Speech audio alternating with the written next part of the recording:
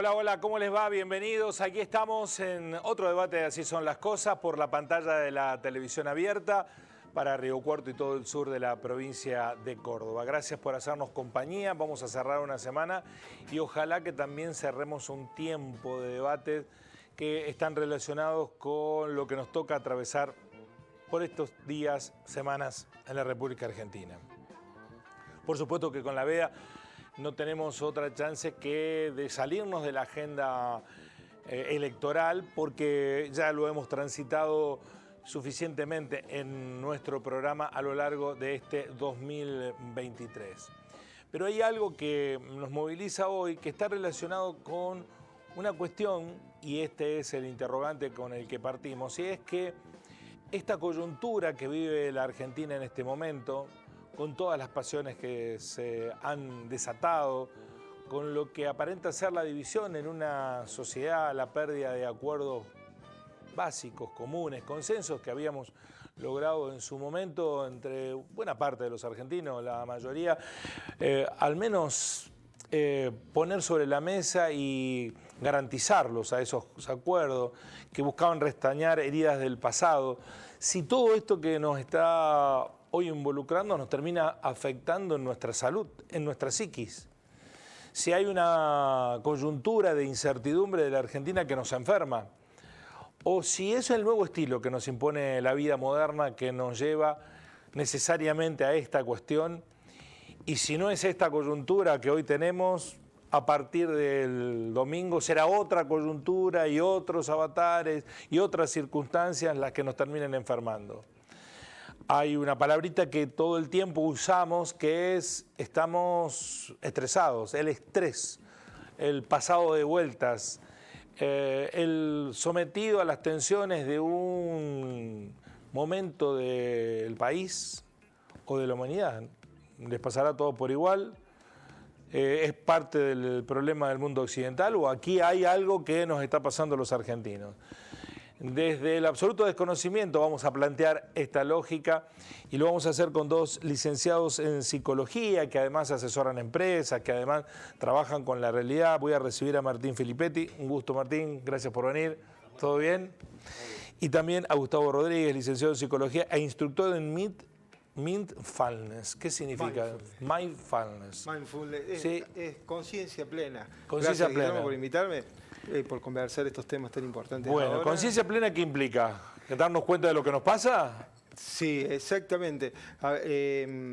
Interesante lo que estás diciendo, contextualizándonos y lo difícil que es en este tiempo no hablar de política. No, porque además todo lo que nos pasa es político. Una parte es partidario, todo es político. Todo es político. Una parte es partidario por la coyuntura. Pero hay como una carga particular en este momento que todos estamos diciendo, sáquennos este elefante de los hombros, ¿no? Exacto. Y digo, y nuestro presente, porque esto es lo que evoca la palabra mindfulness, ¿no? A poder habitar el presente, el aquí y ahora, que muchas veces lo hemos aprendido también en la carrera de psicología. Digo, este presente está inundado de política por el tiempo electoral, por las condiciones socioeconómicas que se van presentando y cómo eso nos va afectando. Digo, la práctica mindfulness como conciencia plena es una herramienta de meditación que se utiliza entre tantas cosas para la reducción de estrés. Justamente el tema por la cual nos has invitado a compartir. Una terapéutica contra el estrés, digamos. Exactamente, una herramienta que sirve para complementar la terapia psicológica para la reducción de estrés. ¿Eso es científico?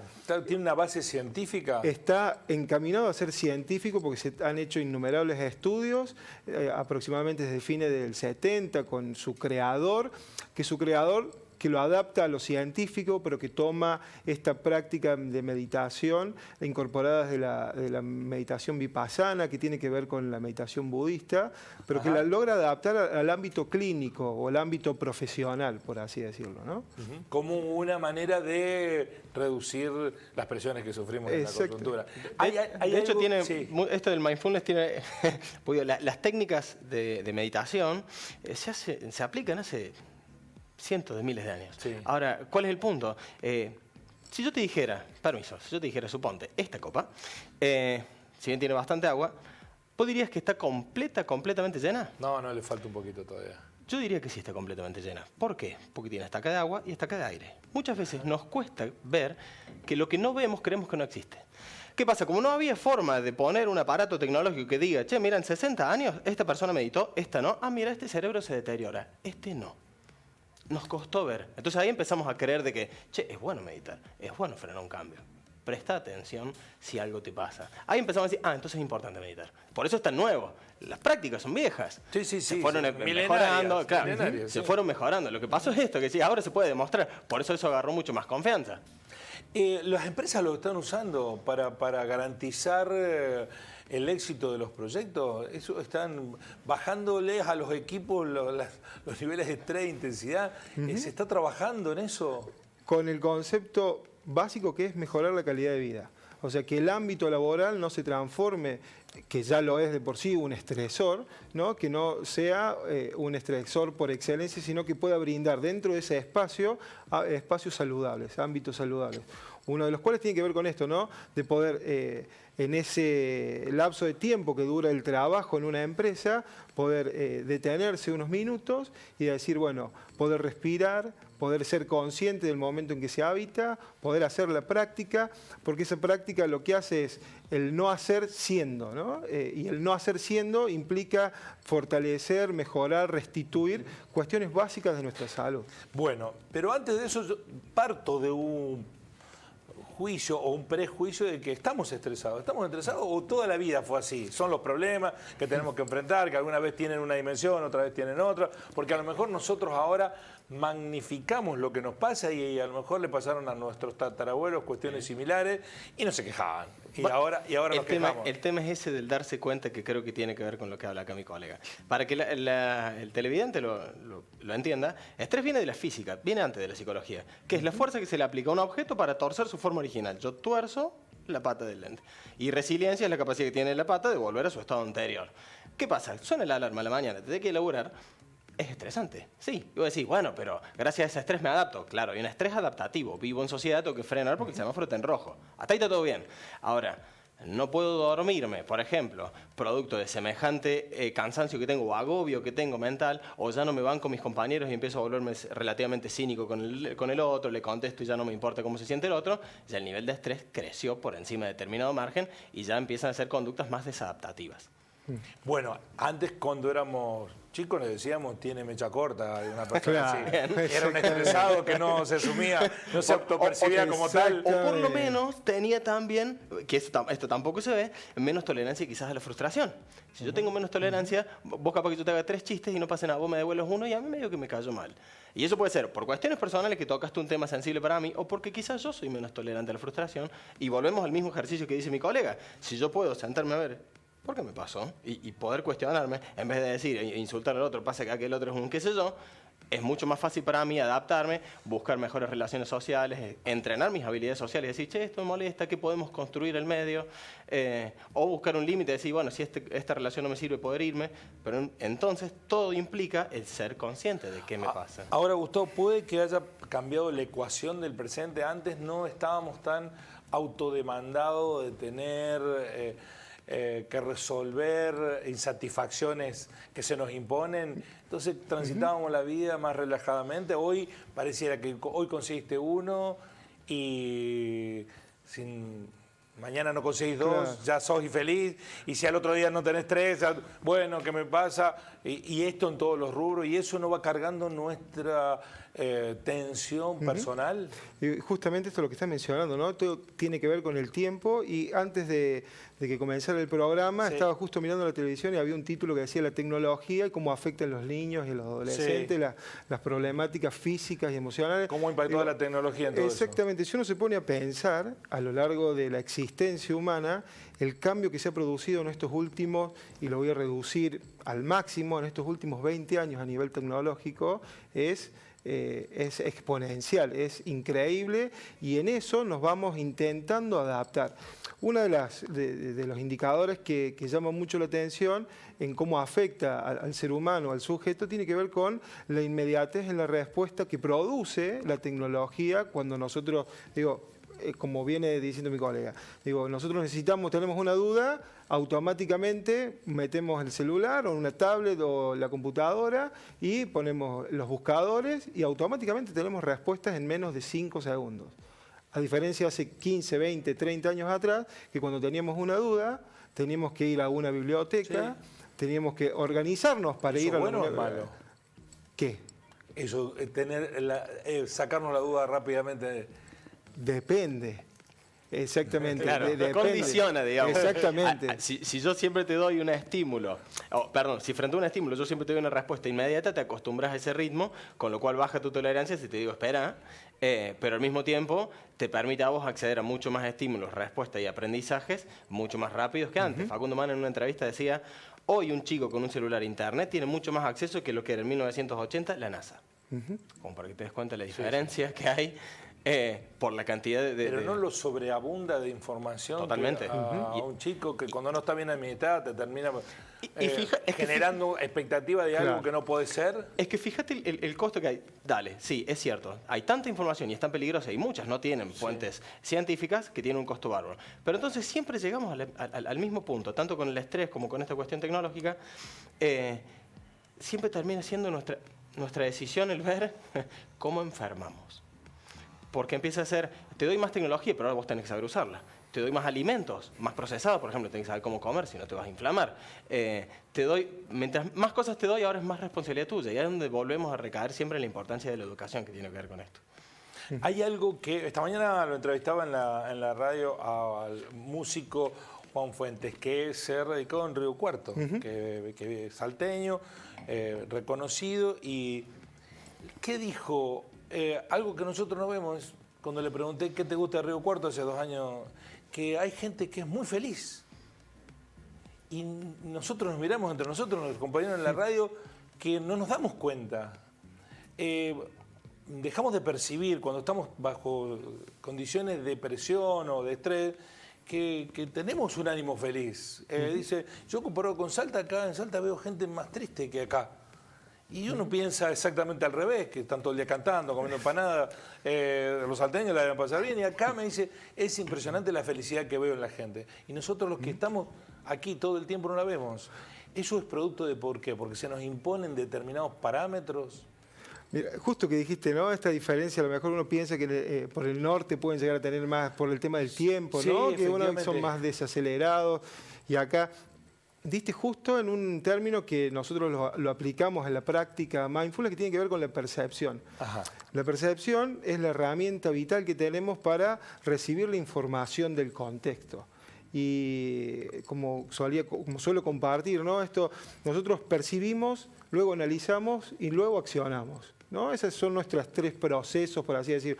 Percibir desde los sentidos, analizamos desde la reflexión, la interpretación, la parte racional, y luego accionamos, tomamos las decisiones. Lo que esta vorágine en la cual estamos sumergidos nos ha llevado a que la percepción, esto de decir, a ver, en dónde nos encontramos, cómo nos encontramos, por qué nos encontramos como nos encontramos, en dónde estoy parado, qué estoy haciendo, en grandes rasgos, digo, se ha corrido de lado para automáticamente entrar en este rol de el juicio, el prejuicio, la interpretación, el accionar directo, ¿no? La impulsividad frente al estímulo recibido y no al cómo estoy percibiendo eso que me está llegando, si me corresponde a mí.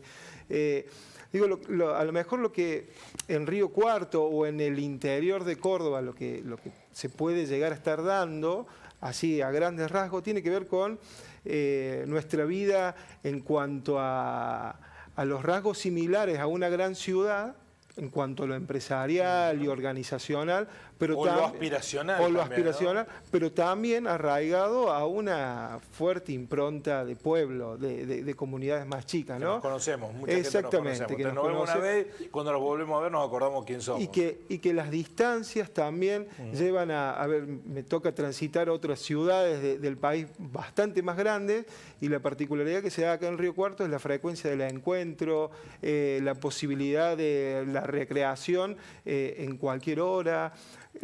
si bien los índices de inseguridad vienen incrementándose, pero que no son tan alarmantes como en otras ciudades. Entonces, hay factores que... Ahí hay un factor que se nos reprocha a los medios, ¿no? Que en vez de transmitir este clima de felicidad, transmitimos más lo que está mal, ¿no?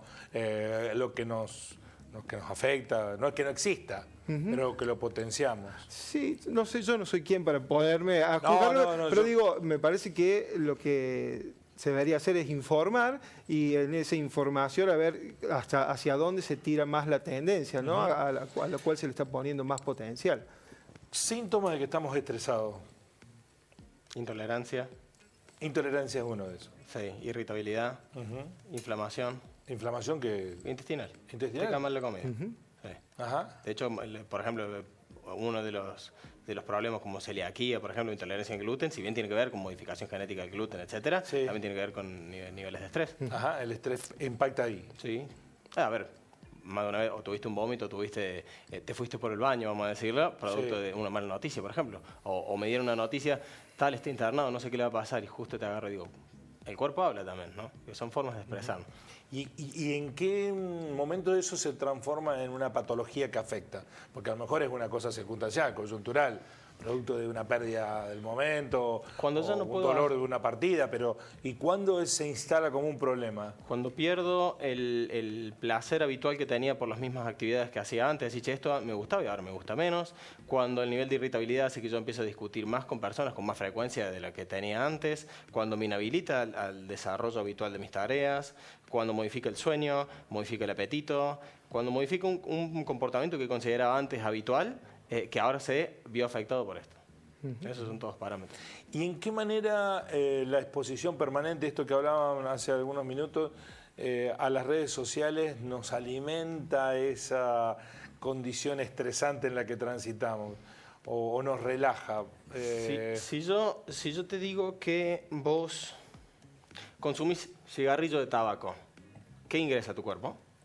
Nicotina, entre otras cosas. Muy bien, si vos ves en los noticieros odio, robo, inseguridad, económicamente desastre, inflación, ¿qué crees vos que vas a meter? Y si entran problemas. De alguna manera. Estrés. Entonces, y ahí volvemos a la misma cuestión educacional, que muchos se apalancan, el mindfulness.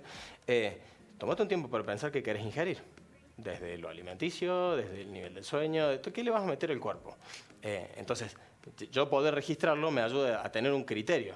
Y la idea de tener un criterio implica saber sostener que hay cosas que quisiera pero no me conviene, y ahí es donde yo tengo que aplicar ciertas funciones ejecutivas como poder planificar y decir, bueno, esto no lo quiero. Bueno, pero ahí también hay un equilibrio, ¿no? Porque no se trata de ignorar la realidad, sino de ser consciente del lugar donde estamos. Digo, si no parecés caminar por la vida como un ajeno a las circunstancias. Por eso no es evitarlo, sino regularlo. Regularlo. Che, ¿hasta dónde estoy yo? Y vos a lo mejor decís, bueno, pero yo... Estamos acá charlando, un asado, ¿no? Y ustedes empiezan a hablar de política, empiezan a debatir, y yo a mí me empieza a molestar. Y digo, che, a mí me molesta. Bueno, yo me voy a caminar, no sé, me voy al balcón. Prefiero hacer otra cosa. Porque yo superé mi umbral. Y ustedes no. ¿Y cuál es el problema? Pero yo necesito conocer el mío, necesito juzgar el tuyo. Ustedes tienen que callarse. Ahí es donde yo empiezo a querer condicionar el resto. ¿Esas son, Gustavo, patologías individuales o sociales? ¿Es como un denominador? ¿O nos pasa como individuos? Nos pasa como individuos, pero puede ser producto de lo que se está viviendo en la sociedad. Digo, ahí justamente mi colega decía bien, ¿no? Estas formas de reacciones que solemos tener. Digo, se está hablando de política o de fútbol, justo en tiempos electorales no hablemos de política, estamos hablando de fútbol, ¿no? Y a mí me irrita y digo, y esto, poder percibirme a mí qué me está pasando, digo, empiezo a transpirar, me da más ansiedad, empiezo a comer más, si estoy en un asado, no, empiezo a comer más o empiezo a tomar más, o me pongo inquieto, digo, por la situación, digo, y me levanto y me voy, o reacciono mal, digo, lo que se propone, y puntualizando, ¿no?, desde la práctica, es decir, a ver, frenar es un microsegundo, decir cómo esto que se está dando lo estoy recibiendo. ¿Y qué me está generando? Esto es decir, una sensación desagradable, que es la incomodidad. Entonces, pero la incomodidad no es algo con lo cual yo no pueda vivir o coexistir. porque forma parte de la vida y de la naturaleza la incomodidad. Entonces, digo, cómo yo voy logrando a través de ciertos procesos y etapas, mecanismos para lo cual poder llegar a esto que vos mencionaste recién, que tiene que ver con el equilibrio. Hablaste de un equilibrio, sí, digo, sí, vivir equilibrado. ¿No? Exactamente. Entonces digo, y también se da esto, ¿no? Hay manifestaciones sociales, desde la psicología social se ha analizado mucho esto, hay muchas sintomatología a nivel social, digo, que es fruto de el individualismo, es fruto de cómo impacta en grupos, ¿no? Un determinado contexto, una determinada situación y cómo ese grupo termina reaccionando o accionando de la misma manera. Digo, hay sintomatologías sociales, grupales, hay sintomatologías individuales. ¿Es un problema, creen, de la Argentina, de la coyuntura, o es un problema de lo que nos toca vivir en esta época de la humanidad? A ver, por ejemplo, justo hablabas, ¿no? Tiempos electorales, ya en menos de 3 meses votamos 3 veces. Sí, acá hay una dinámica de los acontecimientos que no te da tregua, ¿no? Exactamente. Es como una gran batidora que cuando querés sacar de una entras en otra.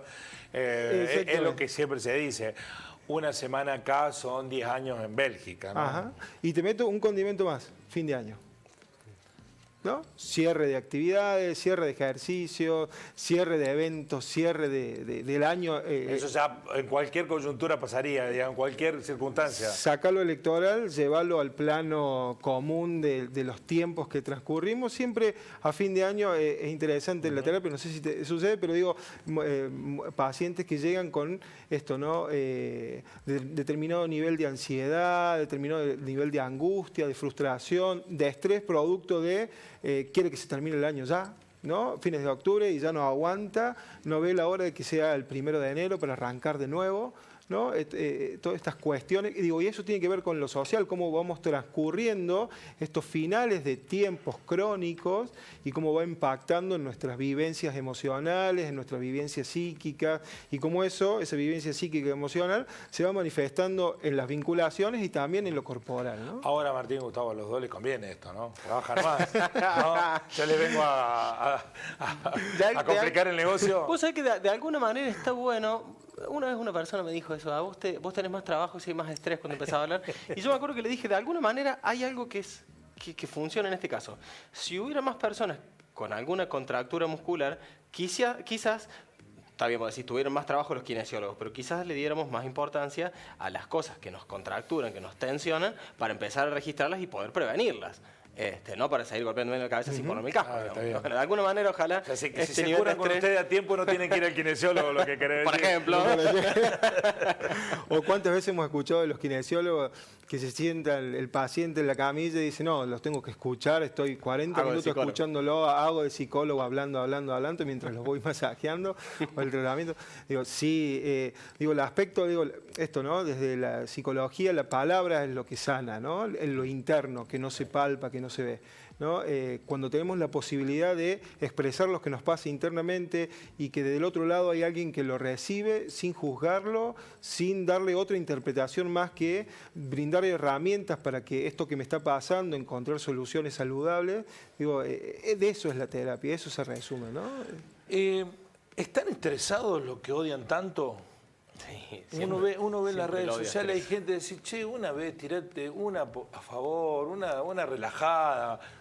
Están todo el día odiando. ¿Por qué? Porque se alimenta... Genera un hábito, genera más impacto. Si es una cuestión de marketing, vende más. Y después te acostumbras al odio. Nos acostumbramos todos. Al costo que vos bancas después. Claro, no es ahí bueno está la eso. decisión. Totalmente. Es que para eso, justamente en el punto de hacer conciencia de la terapia, es decir... ¿Querés vivir manejando con el celular en la mano y insultando al otro que viene adelante? Dale, tiene un costo, ¿te lo bancás? Ahí es donde la persona dice, no, yo no lo quiero. Dale, entonces trabajemos.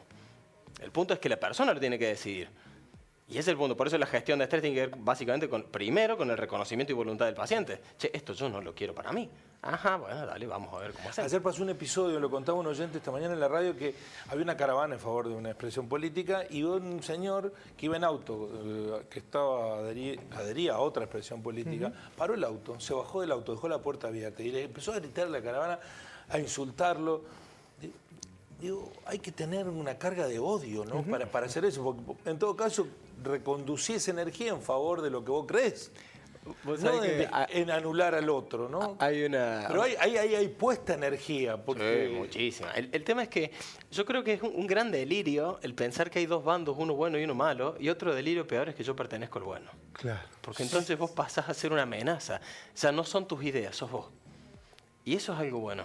El punto de decir... ¿Cómo es eso? Me interesa el concepto. Yo tengo que debatir las ideas con vos, no con vos como persona. Yo no puedo decirte, porque vos... ¿Qué hiciste vos? Hiciste un voto igual que yo. Como un gol, yo hice un gol en un deporte. Valemos lo mismo. Digo, ¿por qué yo voy a decirte? Porque vos, fíjate hasta mi postura corporal, el dedo, es netamente como que... y a lo mejor es porque no tienen razones fundadas para justificar. Pero de alguna manera, a ver, ¿querés un país un poco más sano, un poco más menos estresado? Yo te diría, mira, a ver, hagamos un recuento. Cada 4 años se vota, listo, 40 años, votaste 10 veces. Che, si siempre peleaste algo estamos haciendo mal nosotros, digo, porque cambiaron todos los que estaban allá arriba y nosotros siempre nos peleamos, entonces tenemos que aprender algo. ¿Qué? Bueno, tengamos un criterio. ¿Cuál es la idea? ¿Cuáles son las ideas que vos tenés? Y debatamos con las mías. Pero debatamos las ideas, charlemos vos por qué pensás esto. Porque yo creo que la cosa no es así, ¿sabes? Porque, pero de última, fomentando ideas yo puedo unirme, porque en el fondo, ¿qué es lo que hacen los políticos? De alguna manera es intentar complacernos, así sea para ganar votos.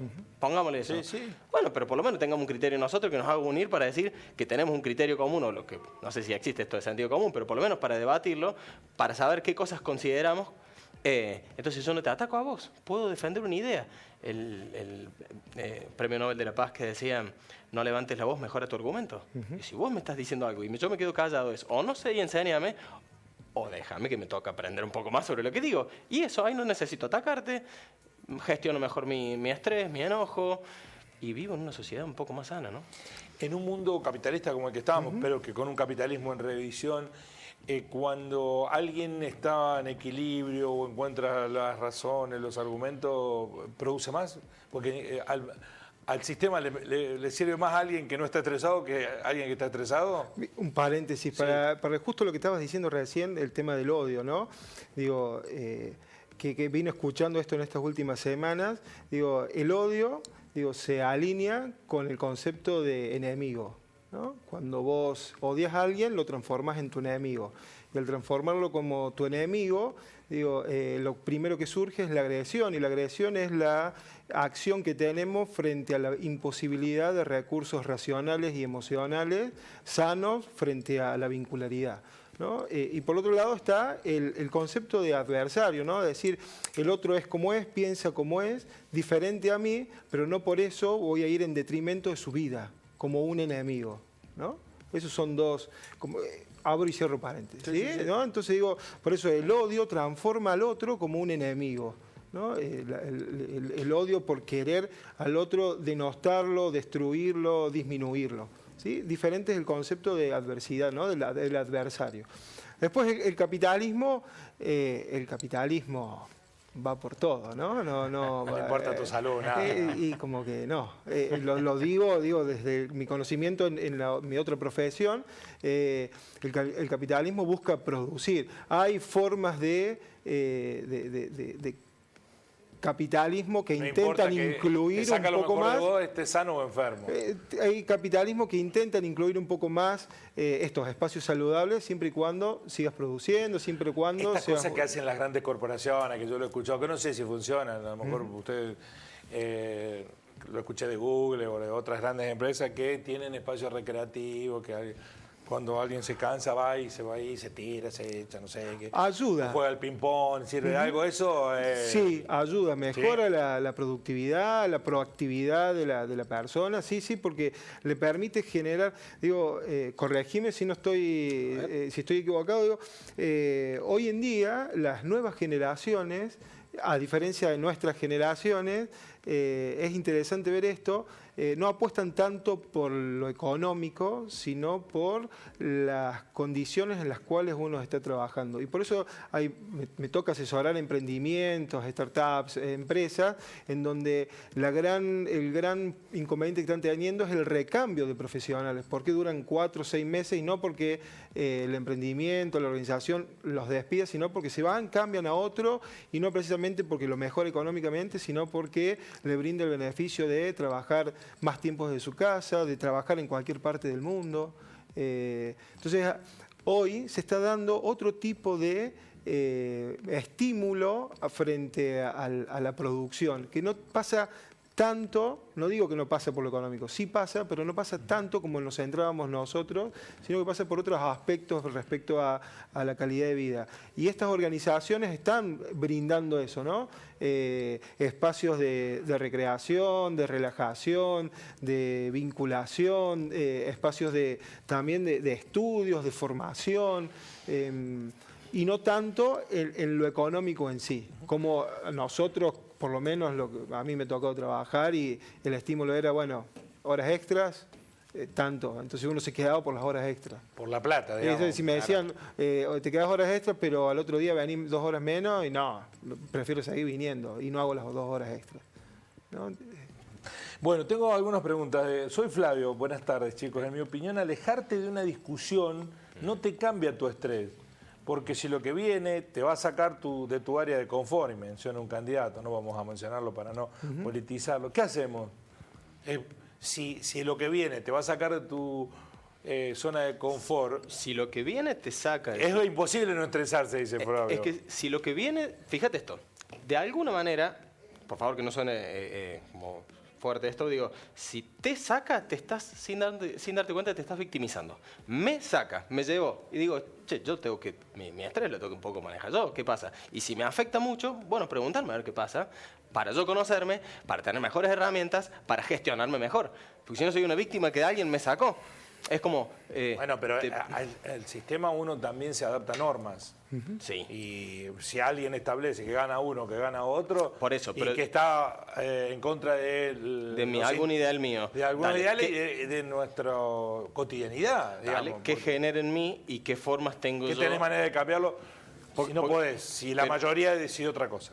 Dale, que democráticamente eligieron otro en diferencia de mis ideales. ¿Cómo puedo yo gestionar eso? Primero reconociendo qué es lo que me genera, qué alternativas tengo y qué puedo poner en práctica. Pues si no, que soy una víctima de que otros eligieron otro candidato, entonces yo por eso tengo alopecia, que se me cae el pelo, digo, y no puedo dormir, y taquicardia, para algo tengo que elegir yo. Entonces ese es el punto. Está bueno el punto de que no te saque el estrés. Imagino a esta persona lo que quiso decir, pero digo, bueno, yo tengo que poder gestionarlo. Él dice que no te saque el estrés e irse en las discusiones, que mejor quedarte en las discusiones y alimentarlas. Yo, por ejemplo, si todos fumaron y no quiero consumir el humo, yo prefiero irme, porque a mí no me suma. Yo tengo el criterio que yo estoy donde algo me suma, y yo para estar en tu vida, entonces yo me tengo que preguntar qué tengo yo para aportar. Entonces ahí yo te demando a vos y me demando a mí para sumar. Si después lo que yo ofrezco a vos no te gusta, bueno, lamentaré, te diré fue un gusto conocerte y me iré con otro lo mejor. Sí. Y así. ¿Coincide, Gustavo, con eso? Digo, no se trata de alejarse o no. Creo que el estrés como herramienta, digo, frente a una situación que nos tensa, bien lo explicaba él, ¿no? Esto que nos aprieta, digo, frente a eso tenemos diferentes posibilidades de accionar y de reaccionar. Digo, podemos huir frente a ese estímulo estresor o enfrentarlo. Lo importante es, tanto en la huida o en el enfrentamiento o confrontar en eso, con qué instrumentos lo vamos a hacer.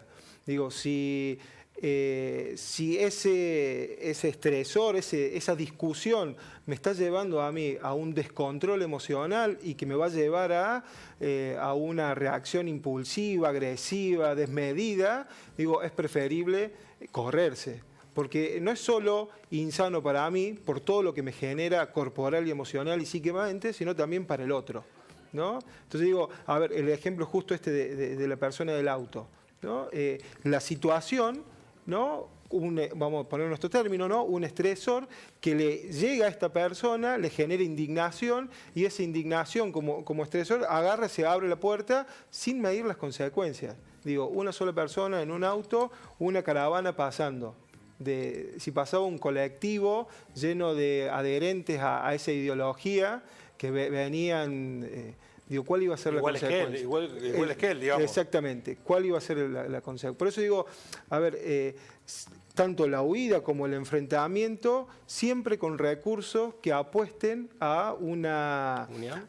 Claro, a una respuesta saludable, saludable que busque el mejoramiento en cuanto a la calidad de los vínculos.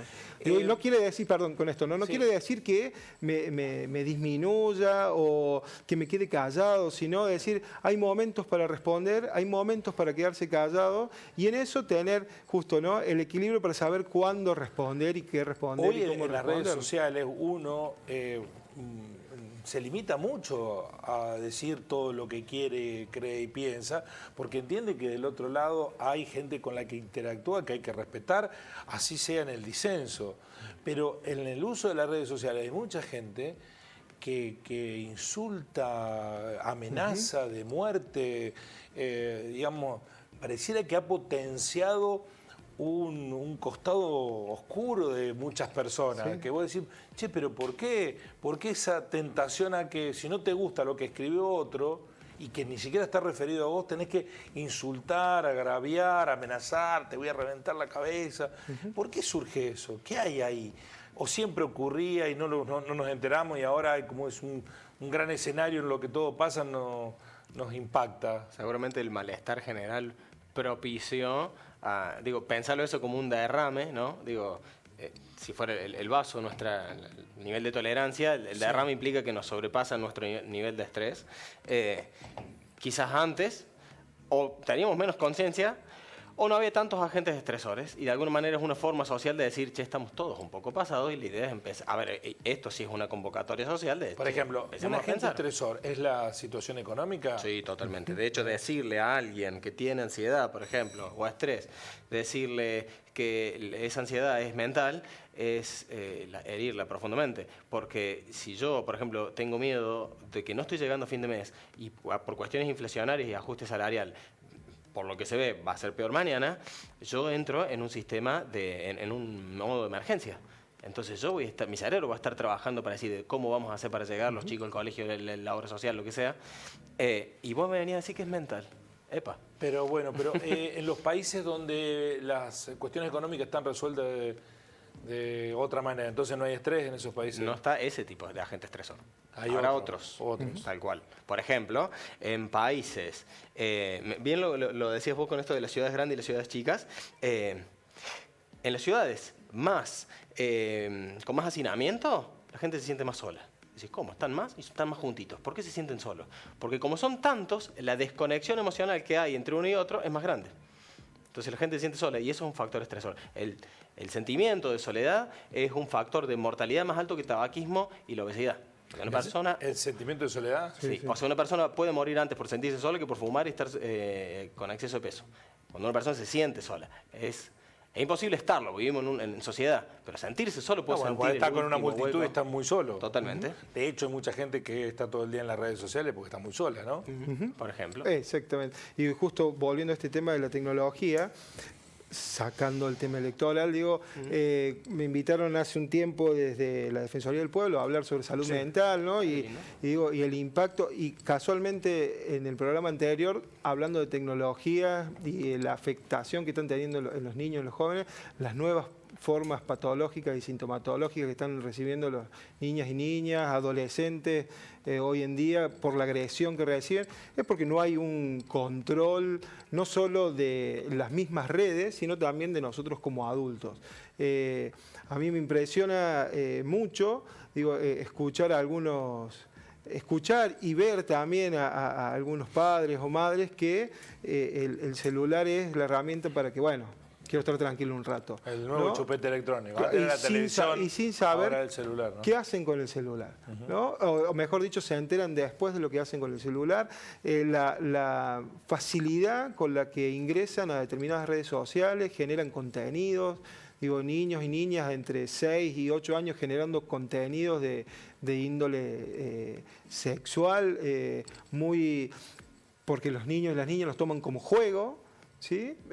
Y lo suben como juego, como diversión, como una recreación, sin medir esta consecuencia. Las agresiones o los términos que se utilizan para denostarse entre ellos, ¿no? Aparece más la figura del bullying a través de las redes sociales que a nivel personal, porque es mejor decírtelo por la red social que decírtelo personalmente. Cara, sí. Antes de pasar, porque a esto debe haber soluciones. Si yo voy a ustedes a terapia, me tienen que curar.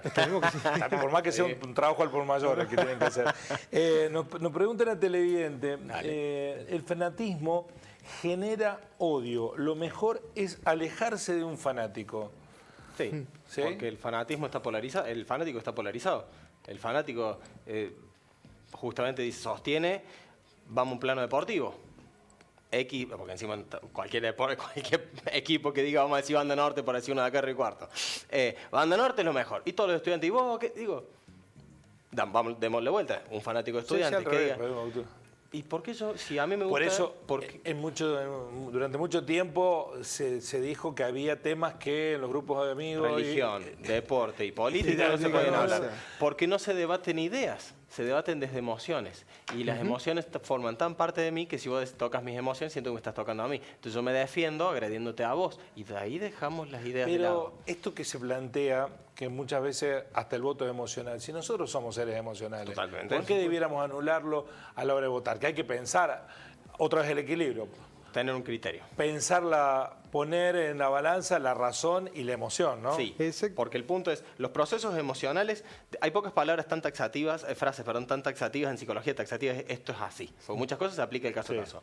Ahora, los procesos emocionales empañan a los procesos cognitivos. Si yo hago así, digo, no, voy a ver menos eventualmente, y así es como me pasa. Los procesos emocionales empañan a los cognitivos. Cuando yo estoy sucumbido en un proceso emocional, no hablé cuando estés caliente. ¿Por qué? Porque vas a decir cosas que quizás no son. No prometas cosas cuando estás feliz.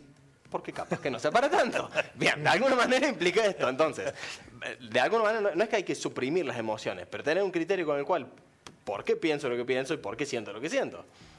Y otra cosa, otro dato que me parece interesante, el otro día compartía una cena con gente conocida y hablaba de esto, de la posibilidad que están teniendo los niños y niñas en las escuelas, en los jardines, en esto de la educación emocional. Y hacía referencia a esto de la educación emocional, cómo el niño y la niña se percibe, conoce más o menos o identifica qué es lo que siente. Y esta persona me dice, a mis 50 años, dice, conozco 3 emociones, estar bien, estar mal y no sé, dice.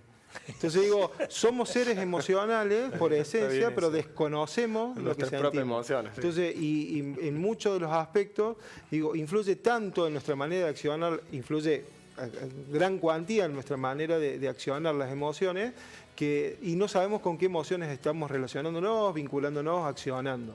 Entonces digo, ahí también hay que hacer como una especie de frenarse y decir, a ver, bueno, ¿qué conocimiento de mis emociones, de mis sentimientos tengo para saber cómo me estoy relacionando con el otro, con el contexto, cómo percibo lo que me pasa? Bueno, tengo que ir cerrando. Le voy a pedir al final una reflexión positiva, digo, porque esto se cura, ¿no? Sí. Esto que estamos hablando. Una sola referencia más, dice, buenas tardes, muy buena la conversación, debate. Martín Felipetti marca una gran verdad, el mejor debate de los últimos tiempos porque se está trabajando en el ser humano. Y esto es muy importante. Muchas gracias, muchas gracias. Bueno, ¿cómo nos curamos? Bien, creo que hay algunos recursos que está bueno poder entrenar. Primero, una recomendación, que vas a decir quizás que parezca cuestión marketinera, gestiona tus emociones y trabaja sobre ellos. Una de las formas de hacer eso es terapia. No lo querés hacer, no lo puedes solventar, por lo menos sea autodidacta. Conoce tus emociones.